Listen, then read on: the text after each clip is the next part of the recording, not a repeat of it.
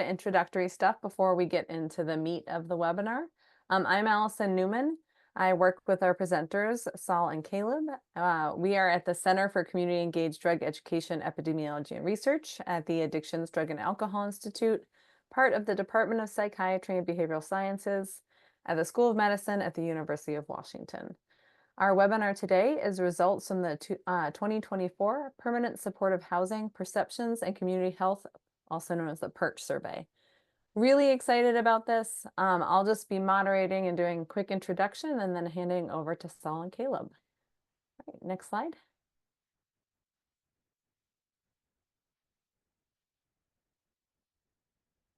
All right, just a few webinar logistics.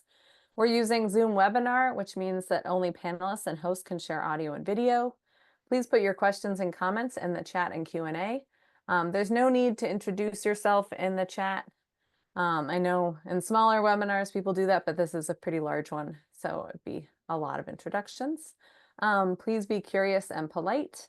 If you're with the media, please send us an email if you plan to report on this webinar. We're happy for people to report on it. We just like to know so that we can coordinate and point you to the right people. Just some acronyms. Permanent Supportive Housing is PSH. Certain Services Program is SSPs. Medications for opioid use disorder is MOUD, and substance use disorder is SUD. So that's all of our introductions. I'm going to hand it over to Saul to get started. Thanks so much. Hi, my name is Saul Petersky. I'm a research coordinator lead at the Addictions, Drug, and Alcohol Institute at the University of Washington. This project could not have been possible without the PSH residents who took the survey and the housing programs and organizations who hosted us.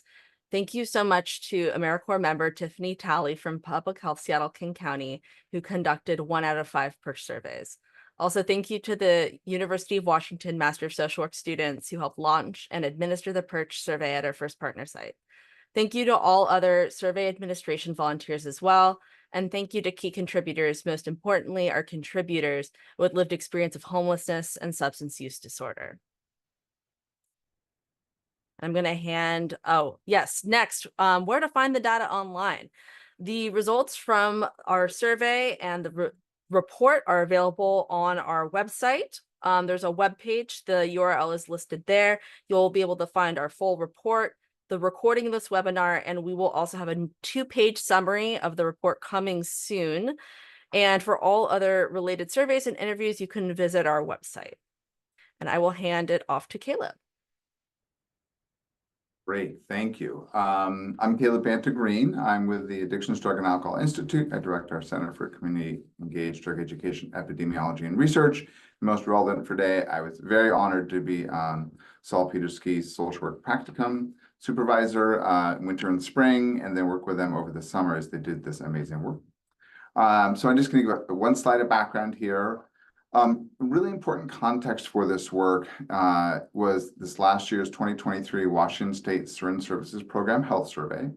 And we've done this multiple times now across the state. And you can see these online, the web page is at the bottom. And what we found that was particularly interesting is among the over 1,600 respondents, 55% of folks were homeless and another 25% were temporarily or unstably housed. So the vast majority. 44% said housing was their top need in their life right now. And when asked how might your drug use change if you had stable housing, 25% said they would quit completely and 43% said they would use less. So, this is asking people about their anticipated future behavior. So it's not a perfect number, but it gives you some sense of people's perception of the real importance and the intersectionality between their substance use and their housing status. And we've been wanting to do this work for many years. Really interested in this. We know it's a very important topic. You'll see some slides in a couple minutes about the really gross and excess mortality among folks who are unhoused and in permanent supportive housing due to overdose.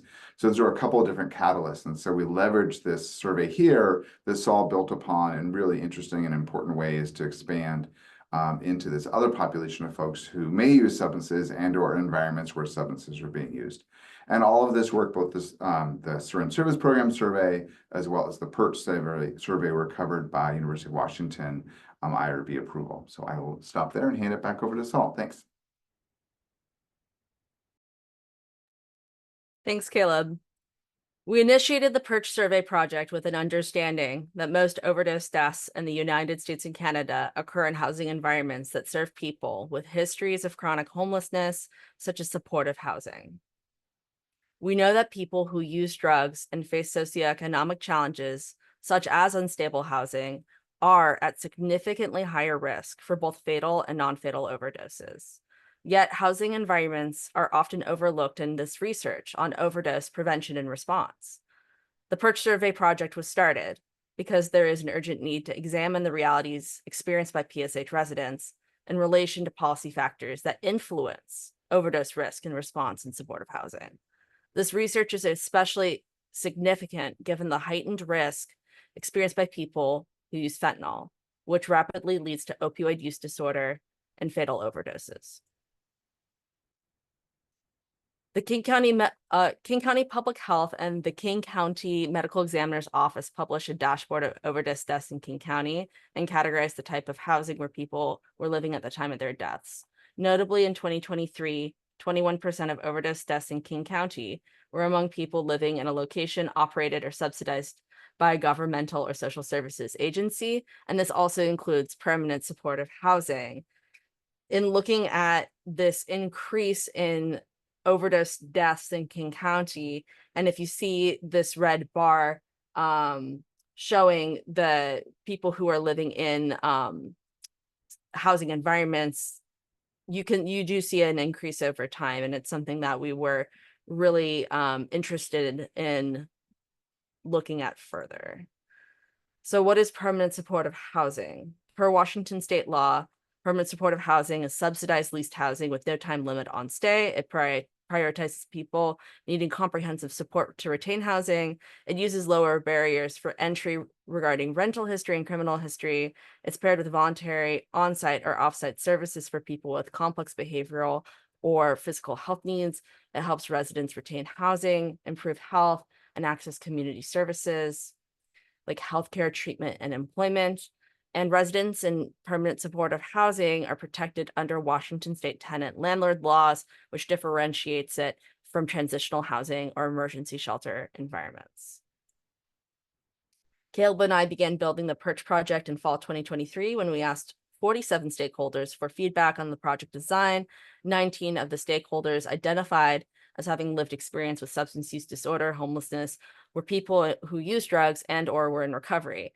In January 2024, we piloted the survey with people living in PSH to identify what was missing or what needed to be changed.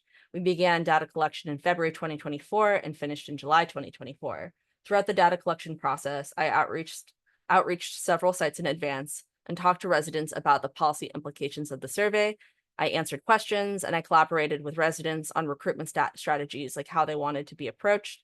I also encourage you to check out the methods section of the PerCH report, which dives deeper into our timeline. Now, getting into the meat of the project, the 2024 PerCH survey explored PSH residents' lived experiences, focusing on their views on substance use policies, community relationships, and personal substance use patterns and needs. A total of 188 residents participated, 115 of whom reported substance use or were receiving methadone, buprenorphine, or naltrexone. The survey was voluntary and participants received a $20 Visa gift card. Anonymity was ensured through verbal consent and conducting surveys in the most private spaces available at partner sites. The eligibility requirements for the survey were that participants had to be at least 18 years old, had to be able to communicate verbally in English, and needed to confirm that they were tenants living in partner sites. The survey included both multiple choice and open-ended questions. The survey was divided into two parts. Part 1 covered demographics, healthcare, overdose, and social integration. Part 2 was for those past week drug or alcohol use or receiving treatment medications. This was also based on self-report. Screening for part 2 included an additional statement regarding confidentiality of personal information. Here's a map of the number of PerCH surveys we administered in each behavioral health administrative service organization in Washington state. We observed that PSH residents across Washington state shared common traits, including chronic homelessness, histories of chronic homelessness, and complex health and mental health needs, which makes these sites really key to understanding the intersections of healthcare, housing stability, and substance use. The partner sites were selected based on a specific criteria. They needed to serve single adults. They needed to provide subsidized rent and supportive services. And they needed to offer other kinds of legal tenancy protections like coverage under Washington state tenant landlord law. The survey excluded transitional housing, family housing, and housing that was situated on tribal lands. And sites serving households larger than one were also excluded. We did make some exceptions for non-metro areas where 2 adult households were included, like households with couples living together. And 9 organizations participated, covering 13 buildings in 10 counties across the state, ensuring geographic diversity. And achieving this diversity was challenging, particularly in rural areas where single adult supportive housing can be less common than family PSH. I will begin the presentation of our results by discussing the demographics of participants. I also encourage you to check out the section of the PerCH report that discusses our demographic data. 62% of participants identified as men and 35% identified as women. Women were underrepresented compared to a larger data set of people in Washington state receiving supportive housing benefits. However, when we did a site-specific comparison with Washington Department of Commerce data, the PerCH survey had virtually identical demographic responses around gender. 46% of participants identified as a race or ethnicity other than white, including 19% of American Indian and Alaska Native participants, people who identified as American Indian and Alaska Native, and 15% identified as Black or African American. The survey had higher representation of racial and ethnic minorities compared to people in Washington state receiving supportive housing benefits. And in site-specific comparison of data, the PerCH survey had a very similar race and ethnicity demographic response. Responses were very similar in that site-specific comparison, but we did have fewer white participants and a higher proportion of American Indian, Alaska Native identifying participants. Most participants were middle-aged or older, with 32% between the ages of 50 and 59, and 27% between the ages of 60 and 69. The age distribution showed a greater concentration of middle-aged and older adults compared to other data on supportive housing recipients in Washington state. These results are very interesting, and I hope that future research will be looking at the needs of older adults and seniors in PSH closely, especially in Washington state. Survey participants also represented a substantially higher percentage of people having served in the US military compared to the 18% of civilians over the age of, I think that's wrong. I think it's 8% of civilians over the age of 18 in Washington state who are veterans. Clarifying, 24% had served in the US military compared to 8% of civilians over the age of 18 in Washington. Most participants had access to a working cell phone, highlighting the potential for future remote research and healthcare interventions with PSH residents. This was very surprising to me, considering my experience as a case manager in King County. A lot of my clients did not have cell phone access. So seeing the substantial percentage of people who did is really, I think, very interesting and provides a lot of opportunity for future remote research with residents. 35% of participants had lived in their buildings between 1 to 2 years, and 26% had lived in their buildings between 2 to 4 years.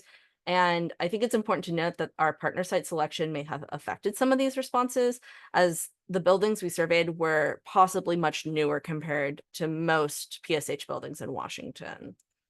Overdose deaths. Saul, there's one question in the chat. I think it's probably worth mentioning before you go on, which is Shelley asks, why was there not accommodation made for non-English speaking participants? Yes, great question.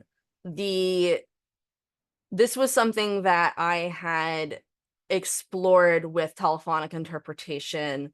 I think the major issue is IRB approval, because the IRB approval did not include a consent process that had been reviewed for non-English speaking participants. That's not something that we were able to do ethically. I hope that helps a little bit. I'm happy to talk about it more in the Q&A section. All right, so yes, moving on to overdose experiences. This was something that we were really hoping to hear from folks about even the experience of witnessing overdoses in their buildings. Overdose deaths are disproportionately high in supportive housing, as I mentioned, with many fatalities occurring in people's homes. In part 1 of the survey, we asked about witnessing opioid overdoses, and in part 2, we inquired about personal experiences. We defined an opioid overdose as when a person's breathing slowed down or stopped, they couldn't wake up, or someone had to use Narcan. A key finding was that 33% of participants had witnessed an opioid overdose in their building in the past 3 months. Among participants who used illegal drugs and had participated in part 2, 18% had reported that they personally experienced an opioid overdose in the past 3 months. We found that naloxone access was widespread, with 83% of participants knowing where to obtain it and nearly half reporting that they could get it from front desk staff. Notably, 79% of participants were very likely to ask staff for help during an overdose. The survey showed that 77% of participants understood naloxone's role in overdose response, and over half knew that rescue breathing could help during an opioid overdose. While most participants were aware of and had access to naloxone, we also think that there is an opportunity for future public health education on the helpfulness of rescue breathing and overdose response. We found that 50% of participants perceived that there was a lot of drug use in their building, while 21% viewed it as moderate and 13% viewed it as a little. The concept of drug use here includes alcohol and cannabis, which may account for a broader perception of substance use. Only 34% of participants reported that staff openly discussed safer or reduced drug use, a practice that can support the implementation of harm reduction policies. You'll see here there's 3 different figures. Each one is on a scale from strongly agree to strongly disagree. People could also say that they weren't sure or refused to answer. And each of these statements was read and the participants responded. And I have them all on the slide because I feel like the different perceptions of staff approaches to substance use, how they have interrelationships, and every single site had different kinds of responses. There was not one clear indication that one kind of perception of a response to substance use was the inverse of the other. So there's a lot of complexity in these responses. 38% noted that residents could lose housing for drug use, indicating that some of them were living in zero tolerance or buildings that used a zero tolerance policy, meanwhile, 45% said that staff ignored drug use unless it posed a safety risk or caused property damage, which may reflect a don't ask or don't tell approach. These inconsistent substance use policies can increase tensions in supportive housing, which raises the risk of overdose and unsafe use. Residents pursuing recovery may feel unsupported, while those using drugs may fear eviction. We believe these findings point to the need for more proactive staff engagement and a reevaluation of responses to substance use that may currently foster ambiguity or reinforce stigma for residents in supportive housing. Social integration was a key focus of the PerCH survey. We found that 74% of participants had friends in their building and 63% had friends in the broader community. However, only 54% of participants said their friends could visit them in their building. Participants who felt their friends couldn't visit them were asked to identify barriers, and 34% cited restrictive visitor policies as the main issue.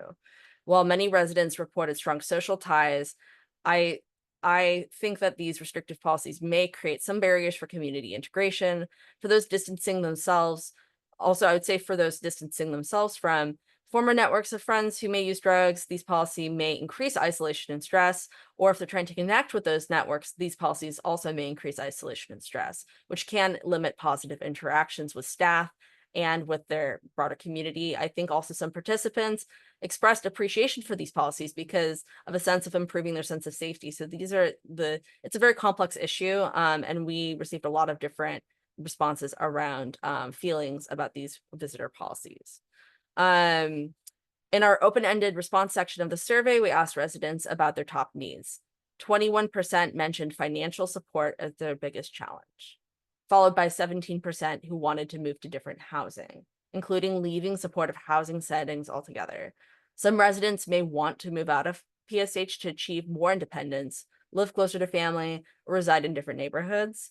However, because of the limited financial resources among PSH residents and the lack of affordable housing, the prospect of leaving PSH may be challenging for most residents. I'm going to read some of these responses to this open-ended question. The top need in my life right now is that inflation makes it impossible to live off Social Security. The top need in my life right now is a different type of housing, like a regular apartment. The top need in my life right now is waiting on a doctor's appointment. The top need in my life right now is help with setting boundaries, and I haven't gotten any counseling. We also asked residents what's working well. Nearly half of the residents valued simply having stable housing, and supportive staff and affordable rent were also mentioned, with 18% and 11% of participants citing these as positive factors. I'll read these responses again. What's working well in my current living situation is that I've been here for almost 2 years. That's the longest time I've been in one place. What's working well is that without the case managers, I don't think I would be as far as along in my recovery. What's working well in my living situation is that they have a support group that comes here. They are so nice and they bring us lunch. Healthcare access was a major issue for many participants. About 55% reported that in the past year, they did not seek medical care for a physical health issue, despite feeling they should. This reflects barriers to healthcare, such as logistical challenges, provider shortages, transportation, and stigma. ER usage was also high, with 55% visiting an emergency room or urgent care 1 to 4 times in the past year, and 15% visiting 5 times or more, suggesting reliance on emergency services due to limited access to routine care. While 68% of participants had Medicaid, other forms of insurance were less common. Only 16% had insurance like Medicare or Veterans Health Administration benefits, and 14% had multiple types of health insurance coverage. So moving on to part 2, we asked participants who reported drug or alcohol use in the past week what they considered to be their main drug. So among the 115 participants who participated in part 2, 95 of them had reported drug or alcohol use in the past week. Among those among these people, among the 95, most considered cannabis or alcohol to be their main drug, and significantly fewer participants used opioids like fentanyl or heroin reported that these were their main drug. We also found that polysubstance use was common among participants. Among the 20 participants who reported using opioids like fentanyl or heroin, 85% also used a stimulant like methamphetamine, cocaine, or crack in the past week. Of the 46 participants who reported alcohol use, nearly half also used an illegal drug. Among the 79 participants who used cannabis, 43 also reported using an illegal drug. Additionally, 39% of participants were prescribed methadone, buprenorphine, or naltrexone for opioid use disorder, also reported using an illegal drug in the past week. Notably, 68% of participants used stimulants, and 80% of those who used opioids expressed interest in reducing or stopping their use, which emphasizes the need for accessible, low-barrier treatment options that are tailored to residents' recovery journeys. Of the 49 participants who used an illegal drug in the past week, 69% had not received any substance use treatment in the past year. Additionally, 29% either did not seek or could not access help to reduce their drug or alcohol use in the past year, indicating that there are significant barriers such as stigma, lack of trust, or limited service availability for folks who want to reduce or stop their use. Among participants who used opioids or received medications for opioid use disorder in the past year, 75% expressed interest in receiving these medications from an on-site provider or through a mobile clinic, which points to a strong demand for lower barrier on-site treatment options for opioid use disorder in permanent supportive housing. 69% of participants reported not receiving safer use supplies from staff in the past year, which indicates an unmet need in PSH environments for receiving these supplies, such as fentanyl test strips, naloxone, pipes, any number. We had kind of a broad interpretation of what a safer use supply could be. And what we also found was among those who did not receive these supplies, 55% were not interested in receiving them altogether. And half of the participants who expressed no interest, and half of the participants who were asked about their interest in a safe consumption site were not interested in using that kind of space, while 42% did support that idea. And we defined a safe consumption space as a place where it would be legal for people to use drugs and there'd be staff on site to respond to an overdose. Factors that may influence residents' attitudes towards safe consumption spaces may include a fear of surveillance, loss of privacy, stigmatization, and perceptions that these spaces may feel medicalized or institutional, and these concerns must be addressed. I think they must be addressed with comprehensive environmental, emotional, and psychological support to ensure an implementation of safe consumption sites in PSH are successful. It's something that I think a lot of providers are interested in learning more about. And I would encourage people who are exploring safe consumption spaces to consider what factors may influence residents' interest in participating in that kind of program.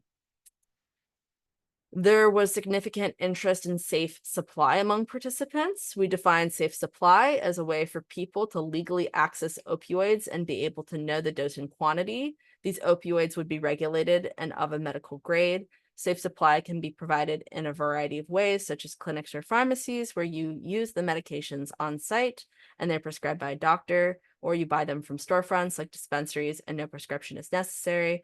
These safe supply options don't currently exist in Washington state, and we're wanting to learn if people might want to use them. Safe supply initiatives face significant legal hurdles in the United States. And despite these legal barriers, there's still a growing interest in regulated access to safe supply programs, including among PerCH Survey participants. 76% of participants expressed a preference for safe supply over the opioids they currently use or the medication for opioid use disorder that they are prescribed.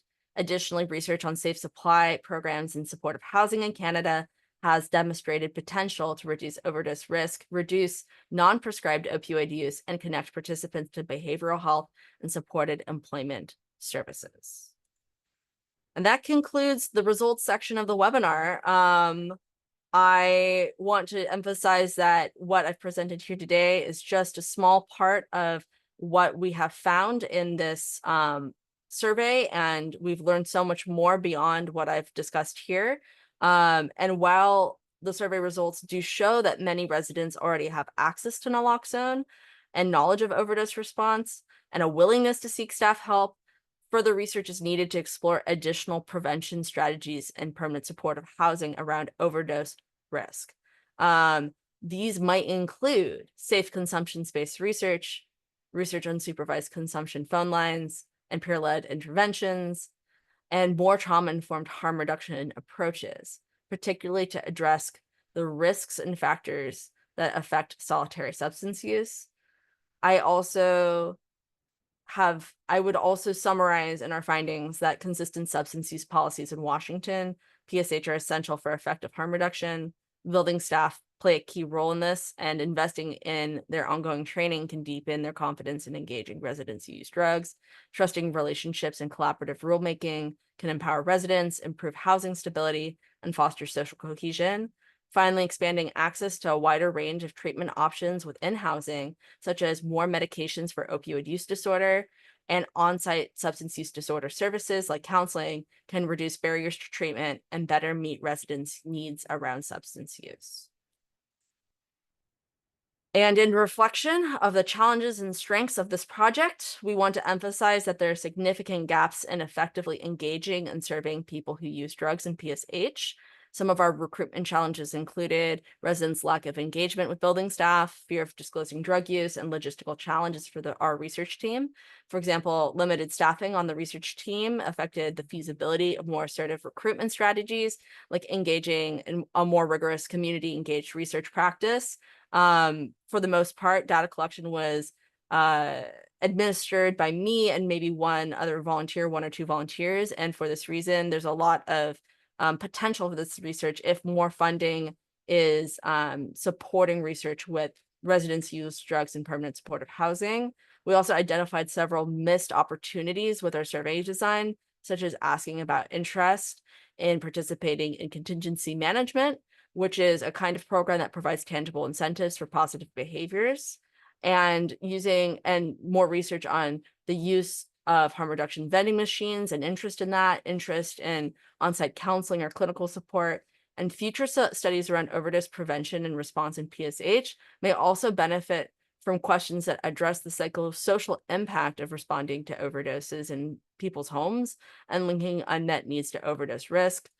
I also think that qualitative responses that go deeper than fixed choice responses would be important in understanding how people living in permanent supportive housing are affected by substance use in their buildings. And that being said, in terms of our strengths, our quantitative model did quickly reveal patterns and gaps, which was helpful, and consistent communication throughout the process helped build trust with housing providers and facilitated recruitment.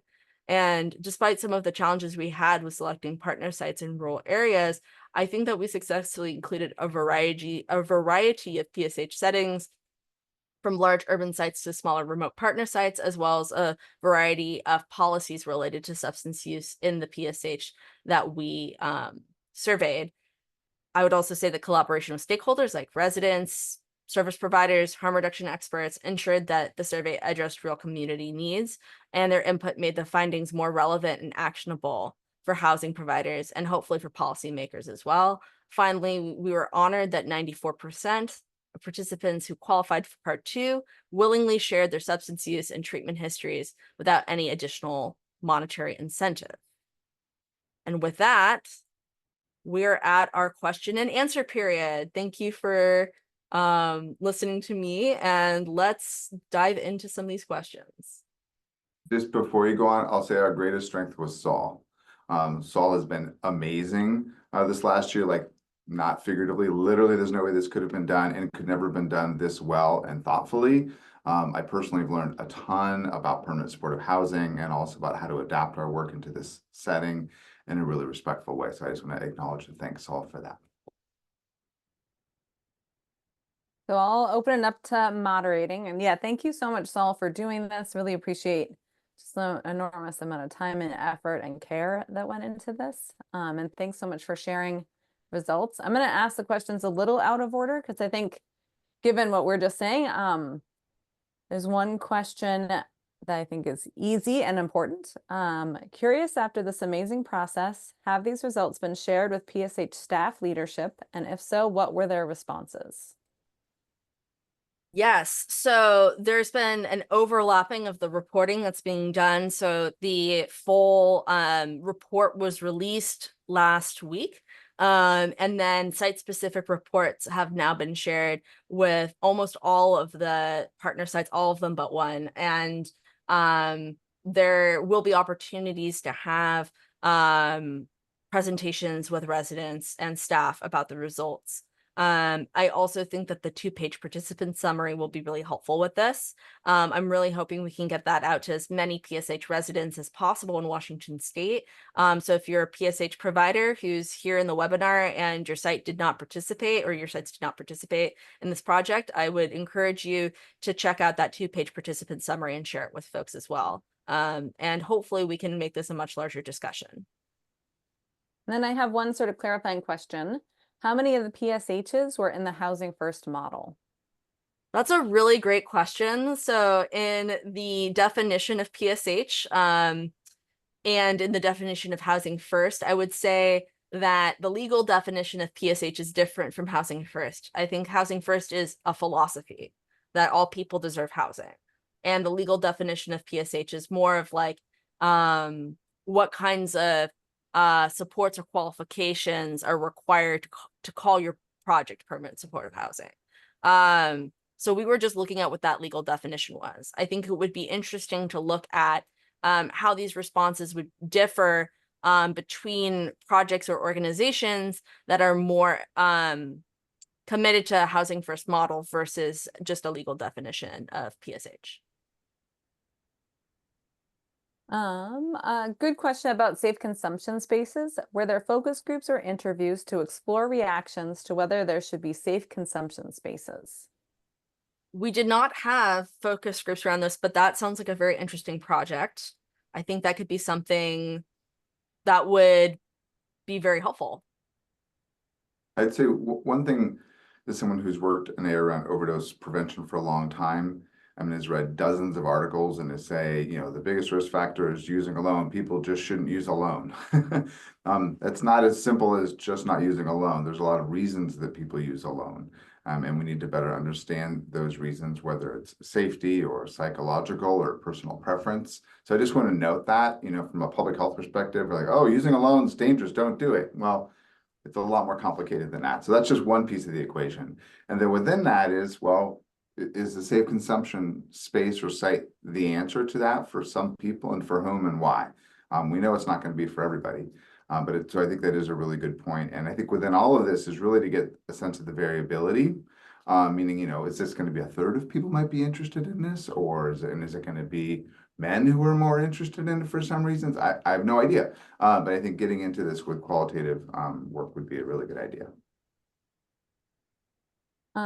Here's another, I think, good question. Any thoughts on variability between PSH sites? Does more community connection built into the building make a difference? I would say so. We did not do like a deeper analysis of the data to make a claim around that, but based off of what I've seen with this data, I would say yes. I think greater community integration with the broader community and within the building leads to reduced risk of harms associated with substance use. Then sort of a follow-up question to one that was already asked. Wondering if the PSH teams were surprised at the results, if it resonated with their experience or something else.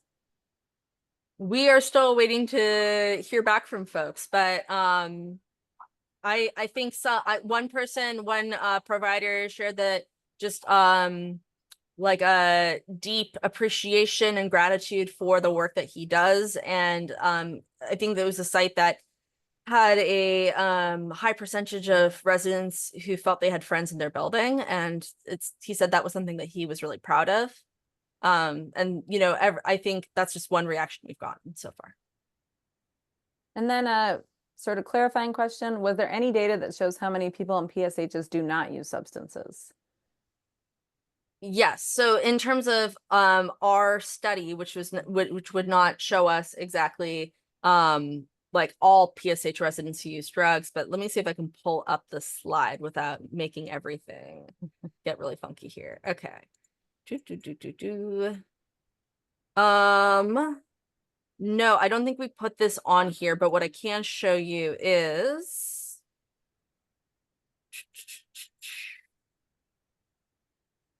one moment. So we do have this larger number of 115 who were people. 1 second, sorry.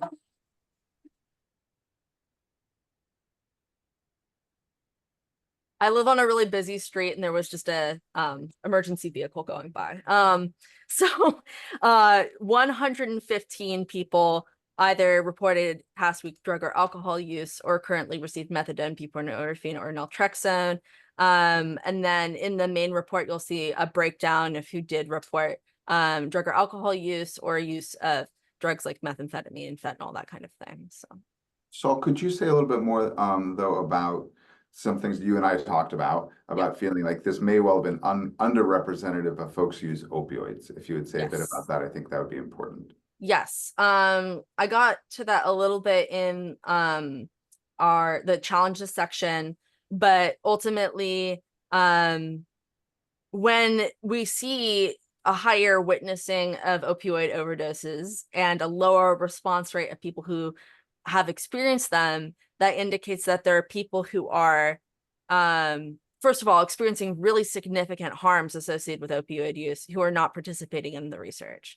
And then also, even if, like in general, I would say that we had an underrepresentation of people who used opioids in the survey, and it could be due to a number of factors. It could be lack of engagement with staff. It could be lack of like, you know, interest in participating in that research, in our research. It could be about like our model of incentive. There's a lot of different factors that may influence it. It may be lack of trust of an outside research staff coming in and asking them kind of invasive personal questions. A lot of different reasons why people might not want to participate in this research.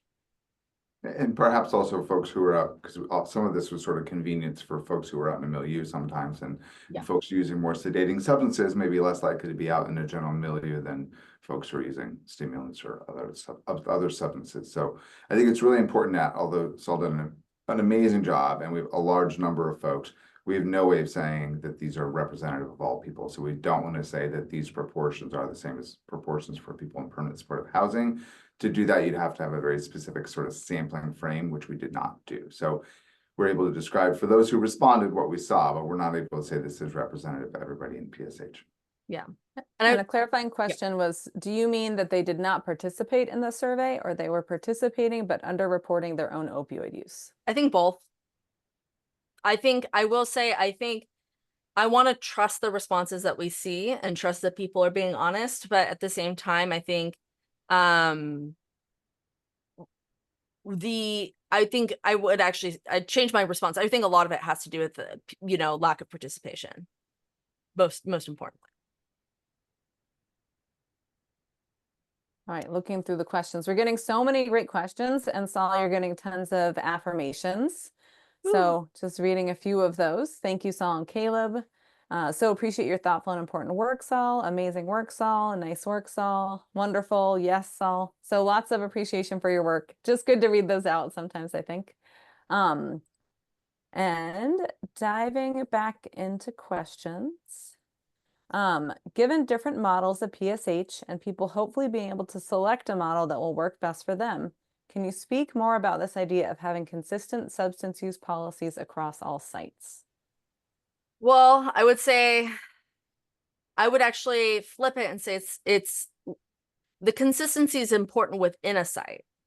It's important to have a consistent definition of maybe what kind of program someone's going into, but my feeling on this, and also in my experience in connecting folks to permanent supportive housing when I was a case manager, is that when people are moving into housing, it's kind of unclear what the policies are until they're actually sitting in front of the project manager and they're signing the lease paperwork, right? And it's also unclear in terms of even the messaging around the building, like what is being put online about like what the philosophy or approach or methods are being used in a building. So I'd say having that consistency within a building and saying our policy is that we are, for example, if it was, you know, a building that had a zero tolerance policy, that was like implemented consistently, and or if it was a harm reduction policy that is consistently implemented. So that's my feeling on that. Did you notice any difference in resident willingness to participate based on area? Was participation equal across buildings, or were folks in some areas more interested than others? I think that a lot of it had to do with time of day, to be honest. Usually in the mornings, it was a little slower. Maybe we saw more older folks participating. In the afternoons, younger folks, more people who used drugs would participate in the later afternoon. There were a couple sites where I came and it was kind of slow at the beginning, and those were typically in more remote or rural sites. I think especially when you're going to a smaller site, it can be challenging just because there's a smaller pool of people that you can ask. And certainly there were folks who I approached and I asked, are you interested in participating in a survey about your experiences living in this building? And there's a $20 Visa gift card incentive.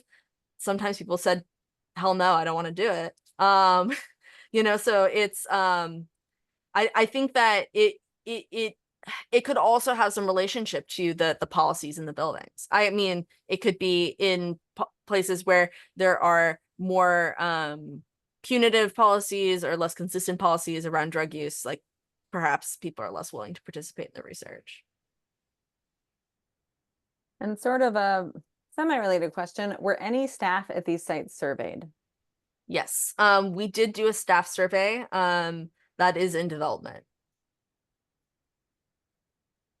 Going through the chat, let's see. When it comes to available in-org behavioral health support services for PSH residents who use drugs, were there any results regarding a preference for harm reduction peer support versus formal clinical treatment assistance?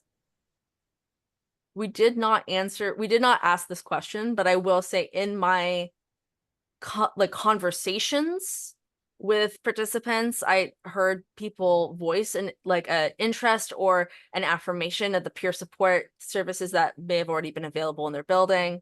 And as well as, I mean, there are participants who said there should be peer counselors who are doing this data collection as well. So I think this was not a question we asked, but it's an opportunity for future research specifically in terms of interest in behavioral services on site and what those services would actually be and what they would look like and who would be doing them. Is there any data that would say the percentages regarding housing first models approaches and the PSHs used for the survey? So what percentage of sites would you say were housing first, or can you even say that sort of given your previous response? No, we did not look at that specifically. So they all met the legal definition of permanent supportive housing. I also don't want to call out sites in a way where I'm not actually informed about what their policies are either. So it would be interesting, as I mentioned, to look at comparison of what different models are and how results would change. I think this is hopefully one you or Caleb can answer, or maybe we can point to a website. Do you have any statistics on how the percent of overdoses compares to the overdose rates of those that are unhoused? And I think the question is about comparing overdose rates at PSH to unhoused people. I saw an epidemiologist on the participant list, but I'll do my best here. I mean, the big issue is we know the proportion of those who die who are in different settings, but knowing the size of that population can be challenging. What proportion of folks are unhoused? What proportion of folks are in permanent supportive housing? So there's obviously substantial disproportionality where you have over 20% of people dying from an overdose in King County are unhoused, and another 20% are in permanent supportive housing. How disproportionate it is definitively is hard to put a finger on, but that's an enormous proportion, and the proportion's been growing quite a bit just over the last 3, 4, 5 years. Next question. There is a big assumption that permanent supportive housing is not supportive enough because we see so many people getting housing and walking away from it because people don't feel safe or supported. Did this message come through with this project? I mean, in some of it there is some survivor bias, or maybe Caleb can explain this better, but in terms of who's actually participating in the survey, the people who are participating in the survey are people who are tenants of the sites. So there may be voices or experiences of living in PSH which aren't represented in our results of people who are no longer living there because of leaving. And I think when folks are saying that they want to leave permanent supportive housing, for the most part, they mean that they want to be living in affordable, safe housing elsewhere. They're not necessarily saying that they want to return to living without a home. I have heard in my experience that there have been times when I've heard people say, I would rather be homeless or I'd rather be living in a shelter than living in permanent supportive housing. But I think this is a really uncommon feeling that I have heard. And then Gosh, can you repeat the question? Oh, let's see, I have to pull it back up. It was sort of multi-part. There is a big assumption that permanent supportive housing is not supportive enough because we see so many people getting housing and walking away from it because people don't feel safe or supported. Did this message come through with this project? The thing I was thinking of is also that the Department of Commerce has a really great dashboard that looks at retention in supportive housing. And you can actually look at it county by county and with a breakdown of different demographics as well, if you want to dive deeper into this. I want to say it's something like 10% or maybe like 5% of people leave permanent supportive housing without like a destination that's another housing site annually, something like that. But the Department of Commerce has a lot of data on that.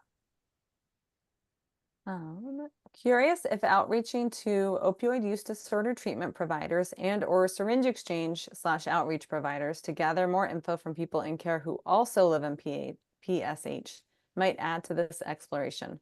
Sure, you already thought of that. That's a huge undertaking. What do you think, Allison, as someone who does that work? Yeah, I think it could be a good way to reach out and find more people. It'd be sort of an outside in rather than an inside out approach. I think it could be good. And you might get a different group of people who aren't just hanging out at the PSH. They might be out and about. So you might get slightly different perspectives. I think on a somewhat different note, what we saw in each responses, I think, is some people wanted more services and supplies and things on site, and some didn't. But I would still argue that I think it's important for folks to be aware of services that are available in our community that they may not have expertise or awareness of. So if you have a community drug checking network project in your site where people can get their substances tested, having those programs come on site and educate people or pass out flyers or whatever, could be really helpful as well. So sort of, a both and approach is going to be important because we definitely see a lot of like everybody else, different preferences for how people want their services.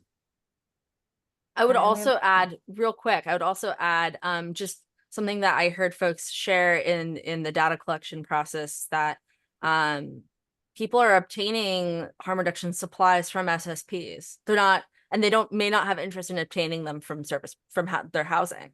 They may have a really good relationship with SSP staff. They may prefer to obtain their harm reduction supplies there and may not want to get it in housing. Saul, can you clarify numbers and experiences?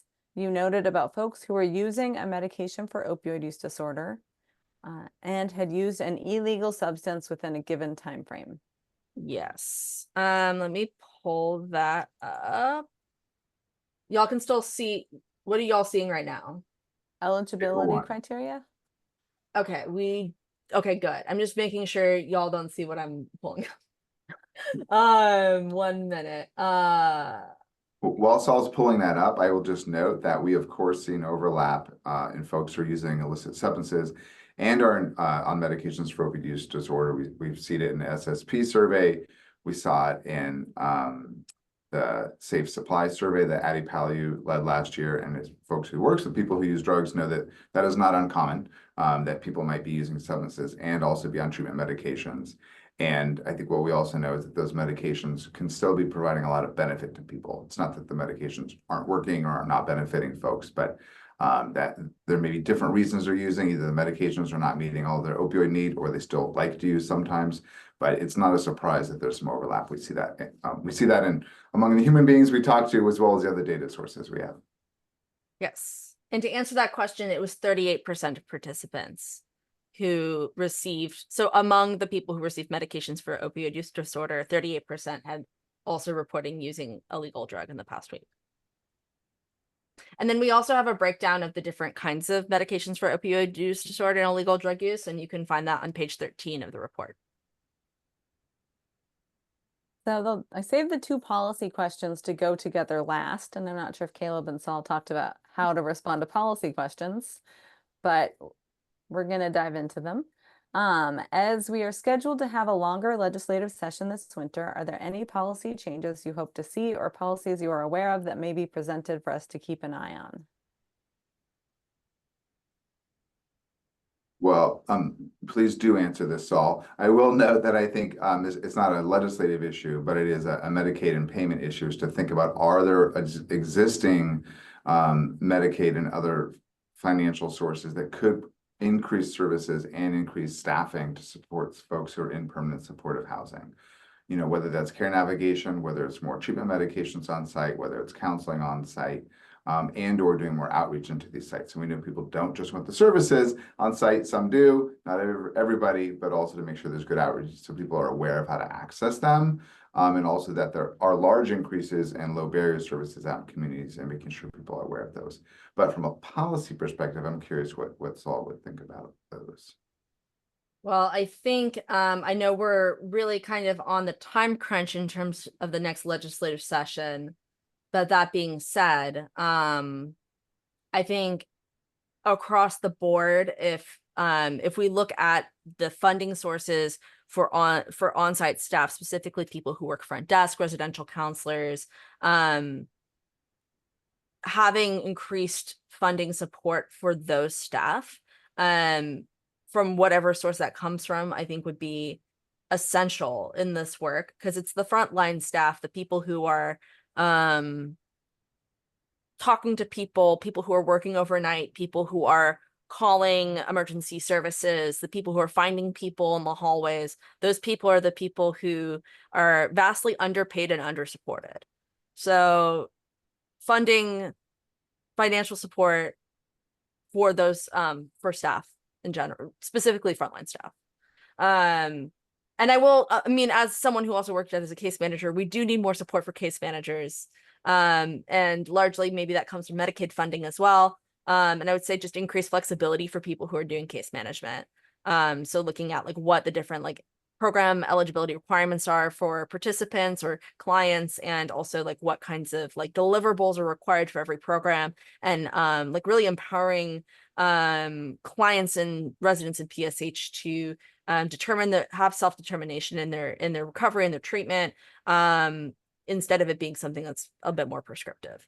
And then also I would say more funding for peer counseling. I know Astro Pittman from Plymouth brought this up earlier, but peer counseling support is really important, and peer counselors should also not be used as a replacement for frontline staff, should not be used as replacement for case managers, but really are clinicians who should be given the proper support, respect, and resources to do their jobs. So a related question, a King County Council member has proposed a $1 billion regional workforce housing initiative. What would you offer the council member as this process unfolds? A lot of what I said already in terms of like workforce development, but I would also say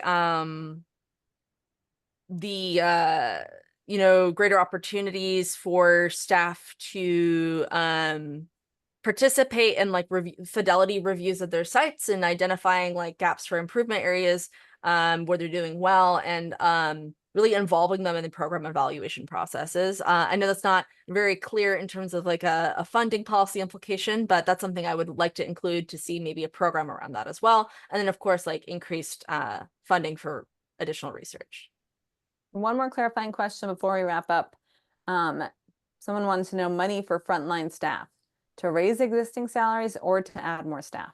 Add more staff. I mean, sorry, I know it's a very quick response, but as someone who was doing this work, I mean, yes, people need more money. People need to be able to live where they work. But also you can't just throw more money at a problem and pay people more to put a Band-Aid on the problem of understaffing either. All right, good, quick summary. We're right at time. Thank you so much, Saul and Caleb. Thanks, Saul, for doing all this amazing work, and Caleb for supporting this process. And thanks everyone for attending. We will be posting this report and webinar on the webpage that I shared. And you can send us any questions that you have for Saul, and just thank you so much. Thank you, everyone.